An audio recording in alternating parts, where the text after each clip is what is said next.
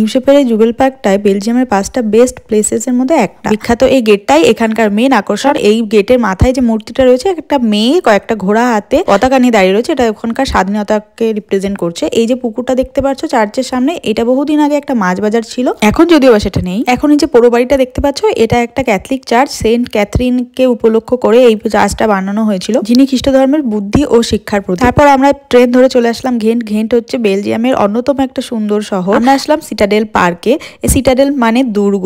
এটা 27 হেক্টর জায়গা জুড়ে বিশাল বড় একটা পার্ক। প্রথম বিশ্বযুদ্ধে নিহত সৈন্যদের উদ্দেশ্য করে এই স্মৃতিসৌধটি বানানো হয়েছে। সিটাডেল পার্কটা প্রথমে দুর্গ ছিল, ডাচ রাজা সে বানিয়েছিল ফরাসি আক্রমণ থেকে বাঁচার জন্য। তারপর এটা ধ্বংস হয়ে যাওয়ার পর এখন পাবলিক পার্কে পরিণত করা হয়েছে। আর এখন দেখো প্রচুর ফুল এখানে ফুটেছে। আমরা অনেক রকম গাছ দেখলাম, ফুল দেখলাম। তারপরে আমরা চলে আসলাম লাঞ্চ করতে। আমরা এখানে পিৎজা অর্ডার করেছিলাম, সাথে ছিল কোক। আমাদের পিৎজাটা ছিল অনেকটা চিজ দেওয়া, জমিয়ে একটা খুব সুন্দর পিৎজা পার্টি হয়ে গেল।